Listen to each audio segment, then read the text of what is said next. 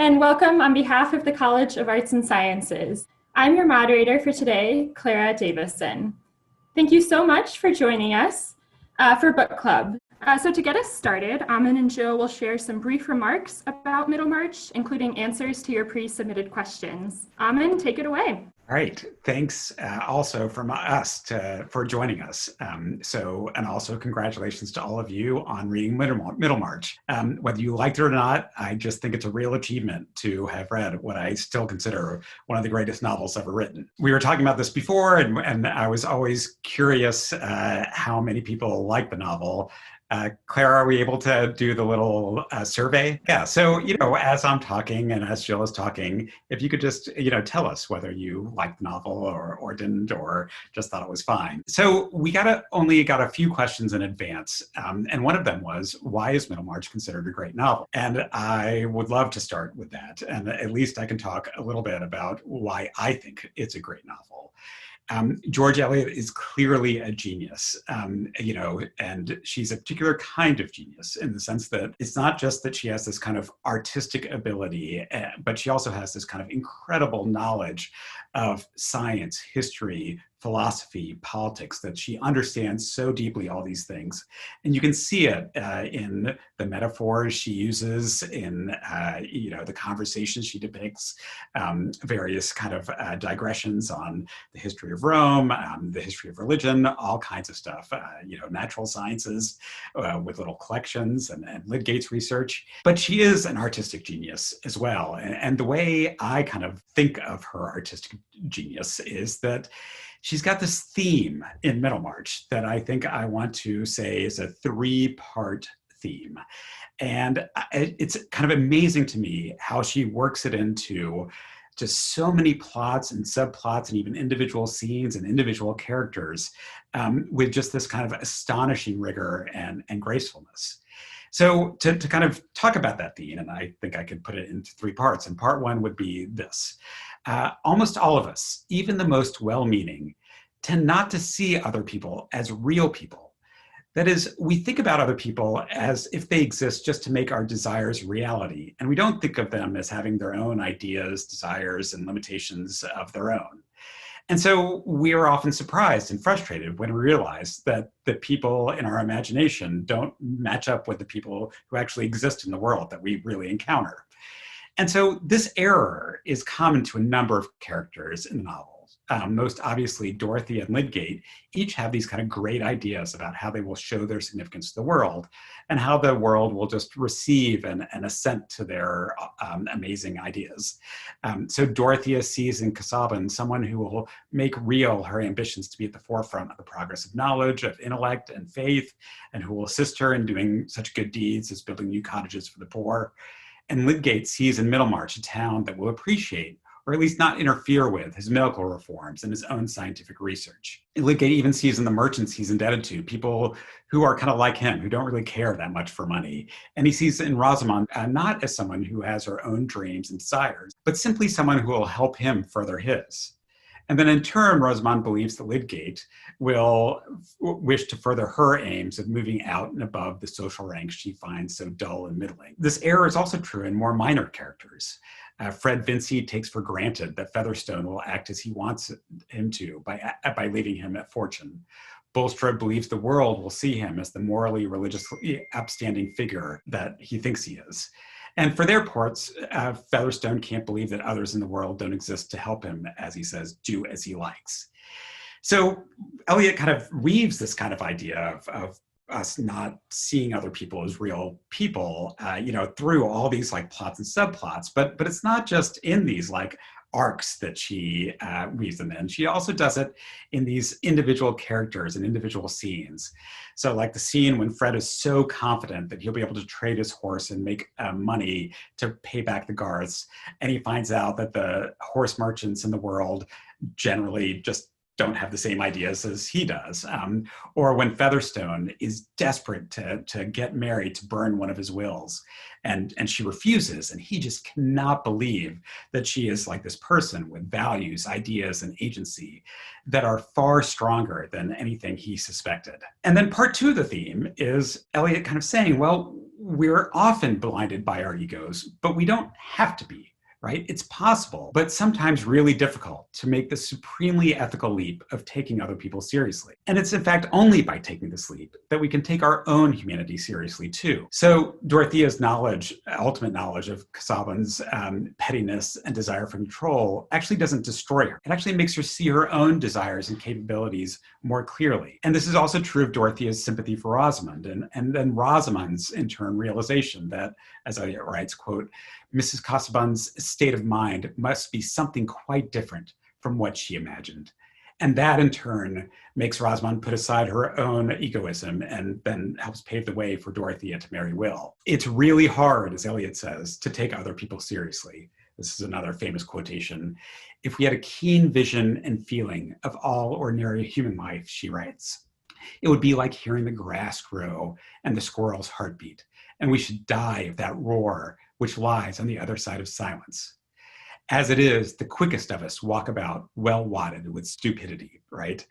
So it's super hard to really acknowledge the reality of everything that's going on around us. So hard that it could almost kill us. But in the terrible thing that we do is that we just then walk around with our ears wadded with stupidity. So it is hard to see others, because to see others is to see the limits of our significance, to see the limits of our dreams, our ambitions, our ability to act independently, to control our own fate. But then if we can see these limits, we actually then are able to take ourselves all the more seriously. So like some of the most centered and effective characters are Mary Garth and Caleb Garth, who are well aware of their limitations and don't have these kind of incredibly grand ideas. But on the other hand, they are incredibly effective in their own sphere of influence and really, I think, kind of some of the ethical centers of the novel. But also the narrator herself is able to kind of extend her sympathy to even characters we don't always like. So she talks about Rosamond as poor Rosamond, not dastardly Rosamond. And this is, I think, unlike Jane Austen, who's well able to just dispose of characters she doesn't like and make us just feel total contempt for them. She reminds us that even in that scene of she starts talking about Dorothea and she says, well, no, there's Mr. Casaubon too, and he had an intense consciousness within him and was spiritually hungered like the rest of us, right? To make sure that we understand that even people we don't like have this reality to themselves, and we need to take that seriously. And part three, I think, is not something that I think is as obvious, but I want to say at least something about it because I think it's kind of amazing. And the third part of this theme is something like these problems of egoism and trying to understand the perspectives and values and consciousness of others. And then the opportunity is to try to see other people in their fullness and the fullness of their values and their ideas. This problem is actually not ahistorical. It's not like every human being ever has had to face this kind of ethical leap and this ethical difficulty. And she actually makes a point to say that it's really part of a particularly kind of modern world that I think we are a part of, that's distinctive because it contains so many different conflicting ideas about science, economics, religion, philosophy, all these different ideas that Eliot is so well aware of that we always have to kind of confront. And she said this is not always true, always been true. In that famous prelude, she talks about a saint who's able to kind of make real her ambitions because the world she lived in was an older world that had, as Eliot puts it, a coherent faith and order that helps individual consciousness, kind of join with and see how other people are working, because everyone seems to have the same ideals and the same set of ideas, and that then allows us to kind of feel like we're bounded to other people in a simpler way. But that's not the world that Middlemarch occupies, and that's not the world that we occupy, right? And in its own way, then Middlemarch is aware of its own limitations. It's really saying the truths that Eliot is telling us are not true of everyone everywhere, but they are true of the modern world we inhabit. And this kind of self-awareness is, again, it's in a way, for all the greatness of a novel, it is a kind of humbling sense that Eliot gives us of her project. And again, part of her point, I think, is that this is both humbling, but in the end, deeply empowering and deeply humane. All right, so that's my 2 cents. And Jill. I'm going to pick up on what some of the things that Aman said. Mostly, we're emphasizing this business about the ego, and Eliot's great, I think, energy for the idea that we need to constrain the ego. And what I want to do to drill into that idea is take the character that we may think is our heroine, and if anybody doesn't have a problem with ego, it's this character, and that's Dorothea. We start the novel with her, and I think we are disturbed to see this young woman, this beautiful young woman, smart young woman, engage herself to this older man who seems very dry as dust. And we don't understand how that relationship comes to be. And we're frustrated with Casaubon when he does manage to enter into this engagement and isn't even aware of how lucky he is, right? And so in that dynamic, we may be tempted to think about Dorothea as the kind of victim of Casaubon's egoism, right? He's not seeing her for all that she is. But one of the things that I think Aman is saying, and what I would reinforce, is that Eliot's novel just doesn't work that way. There really are no good guys and bad guys and victims and heroes, because in the same way that Casaubon engages himself to Dorothea, because he has this idea of how he wants his life to be, regardless of who she is in particular, right? He just thinks he's ready to be married. In the same way, we can look at Dorothea, and when we really think about it, we realize that she's not seeing him either, that she's also got an agenda. Everybody in this novel is out to get themselves served, is out to kind of fulfill their ego regardless of the other. Elliot is very attuned to self-other relationships and the blindedness of the self. And so what Dorothea is trying to do is she's trying to attach herself to someone who can give her life meaning, because she feels like she has this kind of trivial day-to-day life in her bumbling uncle's house, and that Casaubon is this great man whom she can assist in his work, and that will give her own life purpose. So I really want to underline that idea that in both cases we have an example of egoism. And I just wanted to point to a couple of passages too. If you wanted to turn here, you could. You don't need to, because I'm going to read them out and they're short. But this is what's interesting is that Eliot is such a careful author. She gives us figures and images that then run throughout the whole text in subtle ways. And here's one. This is on chapter 27. She talks about a pier glass. In Victorian parlance, a glass is a mirror. So she's talking here about a mirror in the third line, beginning of chapter 27. Your pier glass, or extensive surface of polished steel made to be rubbed by a housemaid, will be minutely and multitudinously scratched in all directions. But place now against it a lighted candle as a center of illumination, and lo, the scratches will seem to arrange themselves in a fine series of concentric circles around that little sun. So she's talking about that optical illusion. You shine a light on a bunch of scratches and they all seem to kind of form concentrically, right? But it is an optical illusion. That's not actually what the scratches are doing. It is demonstrable that the scratches are going everywhere, impartially, and it is only your candle which produces the flattering illusion of a concentric arrangement, its light falling with an exclusive optical selection, optical illusion. These things are a parable, in other words, a little moral story. The moral story is that your ego is like that false optical illusion of the concentric circles. Everything seems to be revolving around you, but it actually doesn't. And the really neat thing is that Eliot also gives us a counter image, a kind of corrective to this idea of lines that seem to go in a circle around one point. And that is the very famous image that comes, I think it's first mentioned in chapter 15 at the beginning.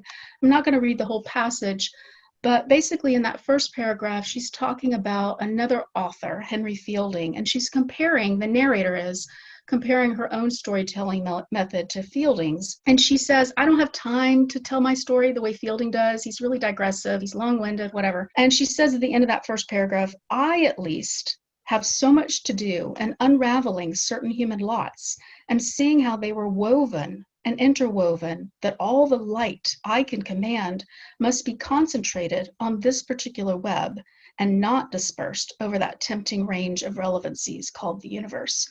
Now, there are a couple things to notice there. One is the light and the concentered, right? She's even picking up on anticipating the parable that she's going to tell later with those two ideas, but she's giving you an alternate image of a web. And a web has no center. It's just a bunch of lines with no clear center that has multiple nodes. That's really the image of humanity that the book gives you. No one is the center of the story, and no one deserves morally or ethically to be the center of the story. So scholars have often taken this idea of the web as central to the whole structure and thematic idea of Middlemarch.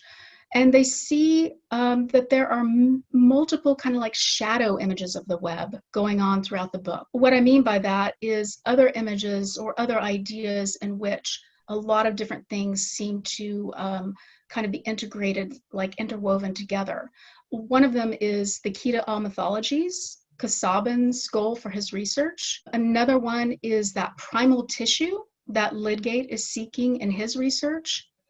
And then a third one that I would point to is this idea of providence that Bulstrode has when he's trying to understand his criminal errors and trying to explain their moral logic in terms of a kind of grand net of providence that would catch them all.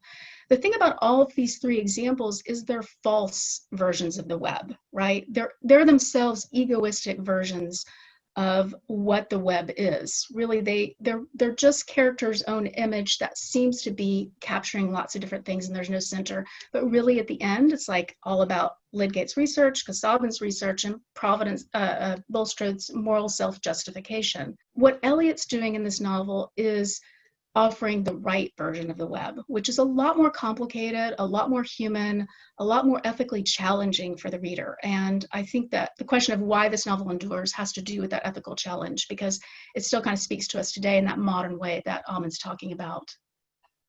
And I'll go ahead and end there. Thank you so much, Jill and Aman. Those were great remarks to get us started. So before we open up the conversation, I'll share the results from our poll for everyone to check out. So nobody did not like the novel. That was a double negative, but we do have a 20% group of folks who are indifferent. So there's that for everyone. So now we'll open up the conversation. All right, looks like our first question is from Liz G. So Liz, I'm going to allow you to talk. Okay, so something I struggled with while reading this particular novel was not really liking any of the characters or like rooting for them, which is why I was indifferent. It's very hard for me to not really to enjoy a story without liking somebody. And I know that there are many novels that are written with the intention to present these characters that are hard to love. So I was wondering, from your perspective, like, what is the goal of those kinds of stories? I realize they're going to be different for all of them, but I guess when it comes to Middlemarch. Jill, since you have sure. not being able to root for anyone, totally. Yeah, I mean, one of the things that Elliot said in conjunction with her first novel, which was Adam Bede, was that one of the main purposes that she had for fiction writing was to cultivate sympathy. So in Eliot scholarship, sympathy has been a key word. And when you think about it, presenting the reader with an unlikable character is a challenge, an utmost challenge to sympathy, right? You have to find it in yourself to have a fellow feeling with someone who doesn't fully seem like they deserve it. What we've just said about egoism applies to the reader as well, right? Like, it's kind of like she's saying, check your own ego. It's not about you. You just need to, and not you particularly, but anybody, right? Like, I do feel like sometimes we lean a little bit too much on that sympathy reading of Eliot. I think there are limits to that. But I think that would be my first answer to your question. That's a great question. Yeah, and Elliot loves this. Her last novel, Daniel Deronda, the first book is actually just called The Spoiled Child, as if she's saying, even before you get here, you are not going to like this person, But I also think it's easier for some people to identify with like Dorothea's mistakes in particular, and not always. I mean, I was talking to someone and she was like, Dorothea, she's just so she's so self-effacing. She's so it's obviously like she's making all the mistakes and the mistakes are obvious. And I've always been like, well, haven't we all made these mistakes? You think you're going to do this, you think that love works this way, but you're not exactly, you fall into this, problem and you make all these mistakes. And so I do think, she is really asking for you to not just root for these characters that are imperfect, but to see the imperfections that we all, embody, that we make these just so fundamental mistakes about literally everything, and we bumble along and we just don't realize it. And so, I don't know, some people can, I think, identify with these characters better than others. Got a question from Christine. Do the last two sentences of the novel suggest that the ego, the existence and ideas of the individual, is still the most important force of human life? I'm going to have to look up the last two sentences. So I can write. Yeah, go ahead. It's one of my favorite things, right? But the effect of her being on those around her was incalculably diffusive. For the growing good of the world is partly dependent on unhistoric acts, and that things are not so ill with you and me as they might have been is half owing to the number who live faithfully a hidden life and rest in unvisited tombs. I feel like the one key to this is really Jill's kind of image of the web, right? The incalculably diffusive, right? It's like you literally can't, figure out exactly, how this person's acts will, affect and make things better. It's just impossible to really quantify, to single out, because that web is so diffuse. And so, right. I mean, in a way, Elliot is not someone who's like, oh, egos never matter. She's not like, oh, we should just all surrender ourselves to the matrix, and give up on all individuality. But rather, she's really saying like our individuality is part of this, incalculably diffusive whole that is ever changing and you can't quite put your finger on. I think it's an amazing ending. I love it so much. Yeah, I would agree with that. And I think, it's hard to put those last sentences in terms of individualism or not individualism.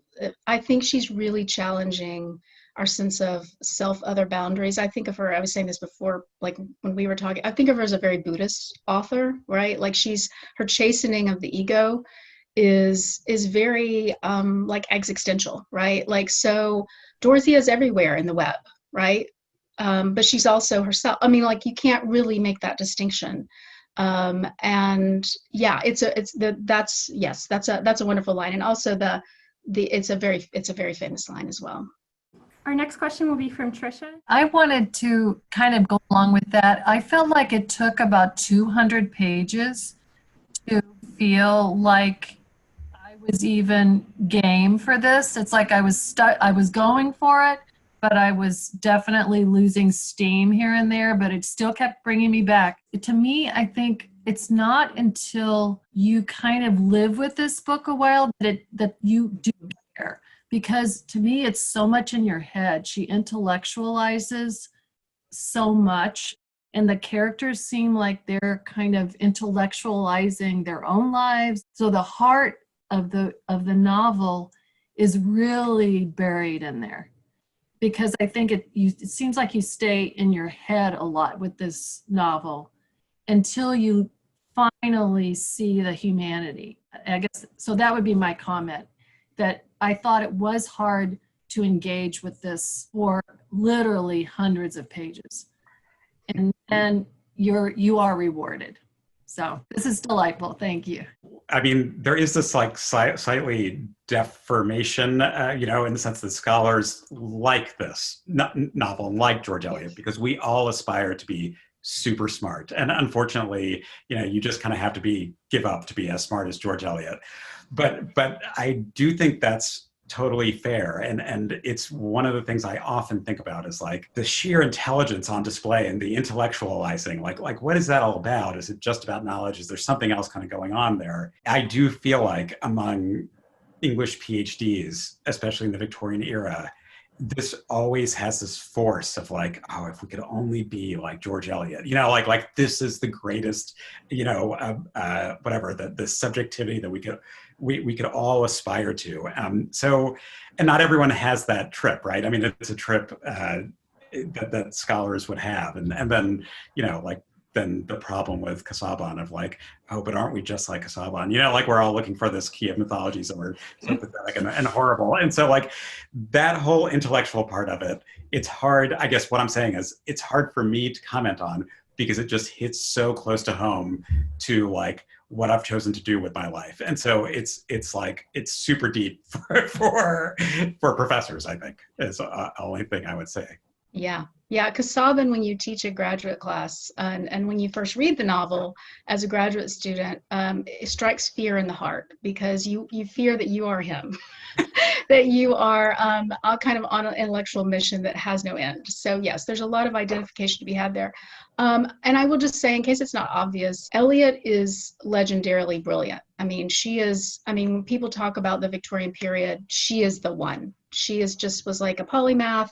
She knew everything. She had it at her fingertips. She knew multiple languages. She read hard philosophers. She was up on the latest science. She translated it from the German. So that it really, like Aman was saying from the beginning, the fact that people finished this novel. I mean, the first time I read it, I was like, it's hard. It's very hard. So yeah. Our next question from Linda, speaking of George Eliot, could you please discuss the author's own life and how her personal experiences informed her writing? So her personal life was fascinating. Two of the key events in her life were that she grew up evangelical, so she was a very kind of strict Christian, and then she became acquainted with a free thinker and moved away from her religion when she was a young woman. And so that really informed her ethical and humane sense you see here, which even though she's mentioning a religion a lot, her ethical and human sense is not attached to institutional religion. So I would say that's one crucial link between her biography and Middlemarch. The other thing that's very interesting about her, although maybe I'll give that to you to say, that Aman, if you want to talk about that. The religion stuff? Well, no, the other thing I'll just quickly mention is that she lived with a man for a lot of her adult life who was already married, whose wife had committed adultery, and because he had basically condoned it, he was not allowed to get a divorce from her because of Victorian divorce law, and so he basically lived as a married man with George Eliot, and that was as shocking as it sounds for the Victorian period. So yeah, and it's one of the hard things that scholars have often remarked on is that there's no figure like George Eliot in any of her novels. That is one of the things about Dorothy is that she doesn't achieve greatness, but George Eliot was able to, right? I mean, and this is unlike a lot of authors. So, the last book club was Pride and Prejudice, and you can kind of see Elizabeth Bennet as a version of Jane Austen, super clever, super charming, smart in all kinds of ways. But there's no one like that in Eliot's novel. So in a weird way, she did try to kind of distance herself in some important ways. And so there, like as Jill said, she was a rule-breaking figure, and there's no one really like that has this kind of will to power over the social world that she lives in.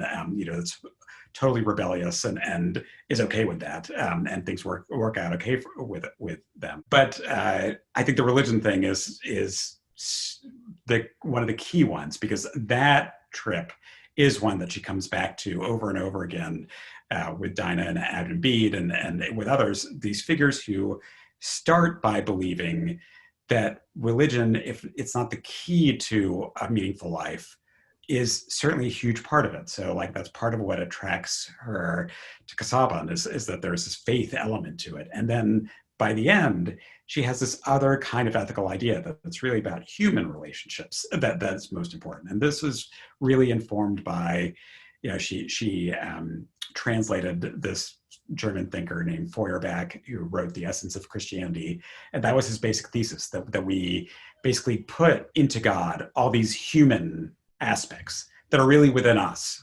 And that's a mistake, because once we say that God has all these things and we don't, that we don't have the charity and the sympathy and all this kind of stuff, then we're kind of forever ethically doomed. And so in a way, this is one of the things she really, that journey from thinking of salvation in terms of something purely spiritual to thinking of salvation in terms of human capacity and human interaction is something that I think is deeply personal for her, as Jill was saying. Yeah. So thank you to Liz and Susan for these two questions. So why did Eliot not publish under her own name? And why do we still call Mary Ann Evans George Eliot today? We do kind of know, right? And just to give a little bit of historical background from what the question, where the question comes from. It's like there were these women authors in the Victorian era who started off by taking on men's names. So the Brontes are the most famous, Currer Bell, Acton Bell, Ellis Bell. And then they were kind of discovered as, that whatever, Charlotte Bronte's name was not Currer Bell, but it was Charlotte Bronte.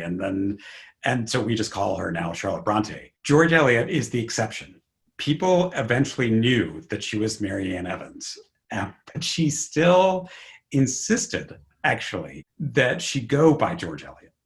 And so this is actually what scholars have decided, that because she actively said, I prefer to be referred to in my authorial capacity as George Eliot, scholars have said, all right, well, that is not true of Charlotte Bronte. She never said, you know what, I know that everyone knows my name is Charlotte, but I'll stick with Currer, instead, and what exactly is going on with Eliot's desire to still be called George Eliot? I have to say that a lot of people have a lot of interpretations of it, but there's at least I don't know of any authoritative answer to that.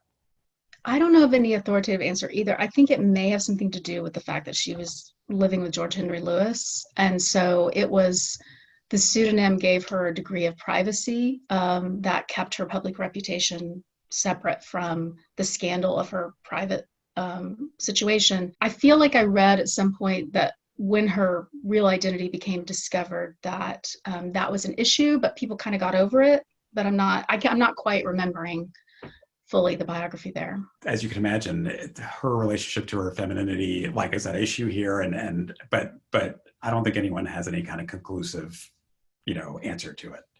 Returning to the novel itself, Christine wrote, so the web motif suggests that a sense of collective humanity overpowers any individual or partisan interest. And she also asked, how do the political and historical themes in the story play into the organizing principle of the web?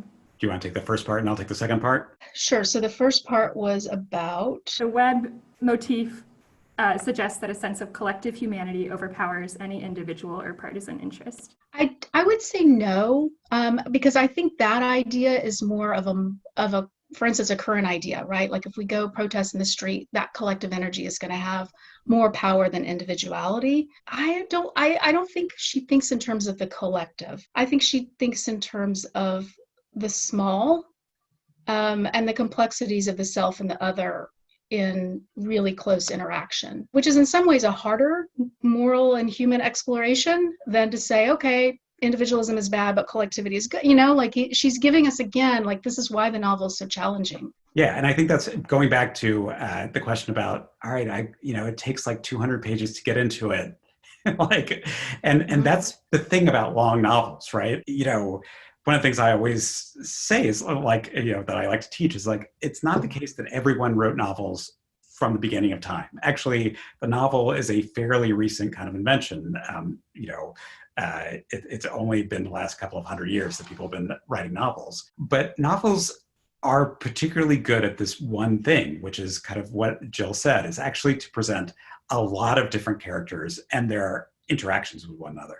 And I think that's right. That shouldn't be confused with the collective, because in a way, the collective is not novelistic. It's, again, if you wanted to kind of think of the collective as just this mass that all has one opinion about whatever, that's not what a novel is. A novel is like a lot of characters, all at once having these complex interactions. And that's why I think it's so hard. That's why the novel's partly so long, is that she really wants to say, like, there are a lot of people and they all have a lot of ideas, and the relationships are super complicated. And therefore, it's going to take us a long time to chart it all out, even partially. Just in terms of the historical part of it, she is very precise in setting Middlemarch around the reform bills of the 1830s. And the reform bills of the 1830s were actually these very consequential moments where a modicum of democracy was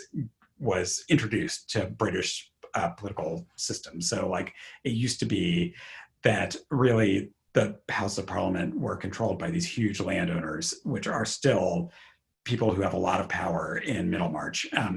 But then the reform bills, gave a little bit more power to the people, a little bit. And I think that's exactly this kind of issue of part of that idea of democracy is recognizing the importance of the individual, right? That's why we have one vote, one person, or that's the ideal, the idea of that we are all supposed to be able to pursue our own happiness, right? Is fundamentally this kind of democratic idea of how important the individual is. And so again, though it's imperfectly realized all the time and it's more complicated than that, but I do think that historical moment where the very idea of what the status of the individual is and how much it'll affect the course of politics is partly why what she's interested in and why she sets it at this very consequential moment in the 19th century around the reform bills of the 1830s. Tricia asks, Mr. Raffles is an unsettling character. What role does he play? Do you want to start or should I start? No, I was just thinking, I was like, if someone asked me the exact deal between Bulstrode, Raffles, Will Ladislaw, and to chart all of that out, I was like, I should really have that on tip of my fingers. And so I'm mostly smiling because I'm like, I mean, I've got some off the cuff ideas. So if you want me to start, I can, but. Yeah, go ahead. Well, I think one of the things about Raffles is I think it's the name is hilarious, right? I mean, and I say that because Dickens, it's like those of you who've read Dickens, Dickens loves these kind of crazy, goofy names, and so I always think of this plot as a little bit of like this Dickensian thing of like, there's this past love affair and it's super complicated and it erupts and it's comic and there's this kind of inversion of who should have power, right? Like this very, socially marginal figure ends up having actually this huge effect on having a lot of kind of influence on people. And I do think it is one of this is a very glib answer, which is why I didn't want to quite start, but I'll say it anyway. It is one of these feats that I think Eliot is trying to do. One of the things people have said about Middlemarch is that it's almost like a summation of all novels that have come before it. She's able to integrate like a little bit of Jane Austen, a little bit of Charles Dickens, a little bit of this, a little bit of that, Fielding, like she's able to do it all, and I do often think that there's this moment where she's like, oh, you think I'm super serious, you think I'm super intellectual, but I've got I can do all kinds of other things as well. And so I do kind of think Raffles is this kind of comic, but also deeply unsettling figure, in part because he seems so out of place in this kind of over-intellectualized world of Middlemarch. But he's also socially and morally kind of marginal, and I think maybe she's making a social point, but I do often think she's making an artistic point that she could do this too. But anyway. So I would say a couple things. And one, the first is to pick up on what Aman's saying about her borrowing from different things. In the decade right before Middlemarch, the 1860s, there was a very popular genre called the sensation novel, which was about crime and things like blackmail and murder. And so this may be Eliot's little touch of that genre. By the way, if you want a great novel, sensation novel, The Woman in White by Wilkie Collins is one of the best. But the other thing I would say, and this goes back to her brilliance and, literal, her erudition and her interest in science, particularly people say her partnership with George Henry Lewis, who is what we today call a scientist, or, a popularizer of science, at least. A lot of people think of Middlemarch, strange as it may seem, but then once you see it everywhere as incorporating a lot of scientific ideas. People often talk about the web as a version of the Darwinian ecosystem. And so all of these interconnected figures and whose lives materially depend on one another so that you can't distinguish any individual from another is a vision, right, of ecosystems in a Darwinian universe. And people also, for instance, talk about, the subtitle Study of Provincial Life. It's almost like a microscopist putting a little town under the microscope and studying its little maneuvers, right? With all that in mind, the way I think of Raffles, the metaphor gets a little bit askew, but I think of him as like an invasive species. Or the way I was thinking of it before was kind of like a virus, basically, introduced into a system that Bulstrode thought was ordered, right? He had a handle on his life. He's like ruling the town with his money, whatever. And he's all arrogant about his position in the town. But then in comes Raffles, whose name is significant, it seems like. I need to look up Raffles to see whether it indicated chance. Right. But Eliot is very into the idea of chance. And this is the other flaw of egoism, is to think you're ever in control of your life, right? Like anything can happen. So, yeah. Paul asks, Middlemarch always feels claustrophobic to me, while Daniel Deronda feels expansive. Part of this is just the difference in setting, but there's an outwardness to Deronda. Can you comment on the sense of claustrophobia in Middlemarch? I mean, I have to say, I love Daniel Deronda, in part because Elliot kind of goes off the rails. Like, so one of the things about that she became very interested in, as she was writing is trying to have these two characters and have them be distinct and then have their fates kind of interact and interrelate in these unconventional ways. And she does that so well with like Lydgate and Dorothea. And what everyone says about Daniel Deronda is she's not able to integrate the two main characters' stories of Daniel Deronda and Gwendolyn Harleth. But part of the reason is that her ambition in Daniel Deronda is just bananas. I mean, it is just like, she's got this mystical idea about the origin of all religion and statehood and so I actually do think the well-craftedness of Middlemarch can be a put-off to some people. Like it is something where her reach and her grasp are totally in tune. What she's looking for and what she's able to do are exactly right. Whereas in Deronda, what she's trying to do, it's like, one could call it kind of a failure if you want to say it. But to me, that's like, I like that more. I like that sense of you really tried to reach for the stars and you didn't quite get there, and therefore things are more disorganized, but therefore maybe less claustrophobic, because it's not so well integrated and so well crafted. But I do simply, it took me a while to just start to appreciate just the craftsmanship of Middlemarch and to think of it as just something I need to admire rather than to feel like, but isn't it better when artists try to do something crazy, even if they don't quite make it happen or something like that. I think what makes Daniel Deronda seem more open is Daniel's plot, which does have a very utopian Zionist ending, right? Like he's going to go over and create a homeland. Whereas Gwendolyn's plot, and people have talked, it's kind of that novel is legendarily split. Like I think Aman was saying, the two plots don't mesh very well.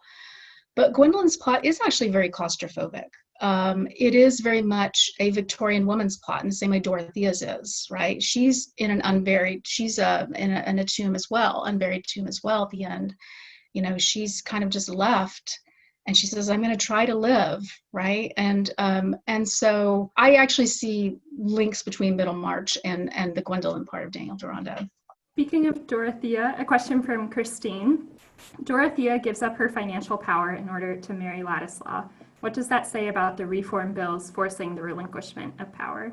You know, this is one of the things that is a real issue for writers in the 18th and 19th century, which is once you are relying on people with inherited status and wealth to control the world, it's always backwards looking. You know, because everyone's status and everyone's money depends on what has come before, not what they're making, what their own capabilities of. It's a kind of anti-progressive system.